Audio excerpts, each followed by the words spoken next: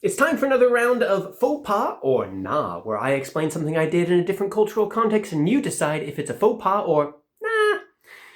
This time, it's about an experience I had in Japan. I was there for 1 year teaching English on the JET program, which is actually the largest government-sponsored program for bringing native English speakers into public schools all over Japan. So I spent a year in a very small village where no one really spoke to me. I couldn't speak to anyone. I think I was the only foreigner in like a 20-kilometer radius. I was very isolated. And one day on the train that is, the only people that would speak to me really were old, retired Japanese men.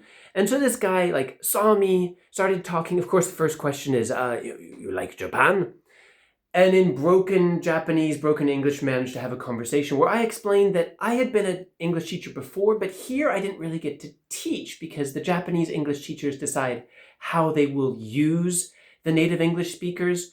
And I tried to translate the phrase walking tape recorder because that's how a lot of the native English speakers were used, is just to read text in English and demonstrate the perfect American accent for the students. And that was the extent of our teaching. Sorry for the overuse of the air quotes. So I said that I was a little bit frustrated and I vented a little bit to this stranger's ear. I made 2 mistakes there.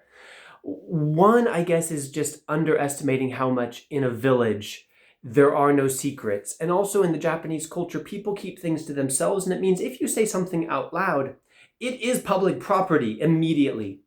And the next day, kind of in late morning, I got called into the headmaster's office, who never spoke to me except to say, "Ohayo gozaimasu."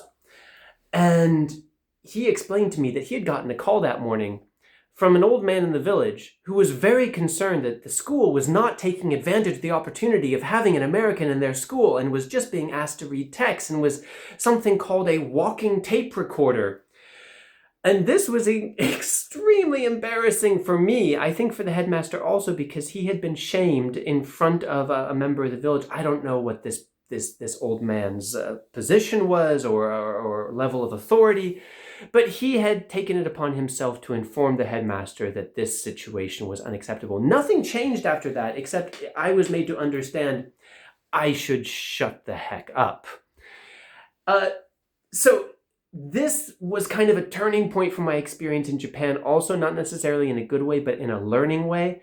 My question for all of you is, did I make a cultural faux pas, or was this just a big misunderstanding that could happen to anyone? Let me know, and if these topics are interesting to you, subscribe to follow the adventure.